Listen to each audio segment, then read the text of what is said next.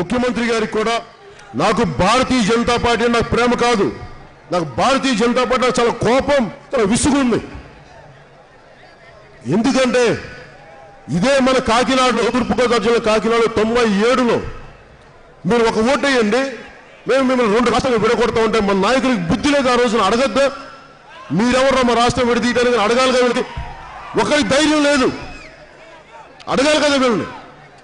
నాకు భారతీయ జనతా పార్టీ అంటే మీరు ఉత్తరప్రదేశ్ ఇలాగే చించుకుంటారా?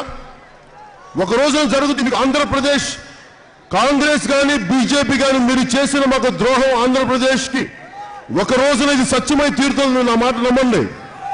మీ ఉత్తరప్రదేశ్ని 4 ముక్కలుగా చెయ్యకపోతే జరగకపోతే మా కడుపు అంటే అప్పుడు కానీ మాకు చల్లారదు. ఇది నేను చెప్పిన మాట కాదు. అంబేద్కర్ మహాశయుడు ఒక రాష్ట్రం అంత పెద్దదైతే భారతదేశం అంతా వాళ్ళ ఆధిపత్యం చెలాయిస్తారు, అందుకని ఉత్తరప్రదేశ్ని 4 ముక్కలుగా చీల్చాలి అని చెప్పి ఆ రోజు చెప్పారు అంబేద్కర్ మహాశయుడు. మేము మళ్ళీ చెప్తున్నాం, మీకు మాకు కడుపు కోతిచ్చారు. 10 సంవత్సరాలు 12 సంవత్సరాలు హైదరాబాద్ లో ప్రతి ఆంధ్రుడు ద్వితీయ శ్రేణి పౌరుడులాగా అవమానం పొందారు. ఒక కూలీ స్థాయి దగ్గర నుంచి పారిశ్రామికవేత్త దాకా.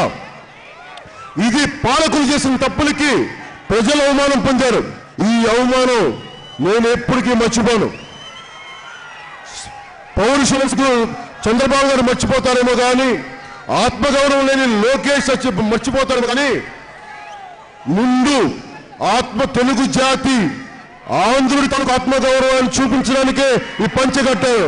అదే మా పౌరుషం ఎదురా, మమ్మల్ని అడ్డగోలుగా విభజించారా మమ్మల్ని. మేము ఎవరిని వదలం. మీ ఉత్తరప్రదేశ్ని మా శాపం, మా ఆవేదన, మీ ఉత్తరప్రదేశ్ని 4 ముక్కలుగా చీల్చకపోతే చెప్తాను, ఇది జరిగి తీరుది, ఇది సత్యం.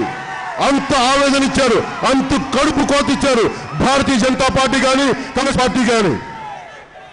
ఈ వీడియో మీకు నచ్చినట్టయితే లైక్ చేయండి, షేర్ చేయండి. మరిన్ని ఇంట్రెస్టింగ్ వీడియోస్ చూడడానికి మా ఛానల్ కు తప్పక సబ్స్క్రైబ్ అవ్వండి.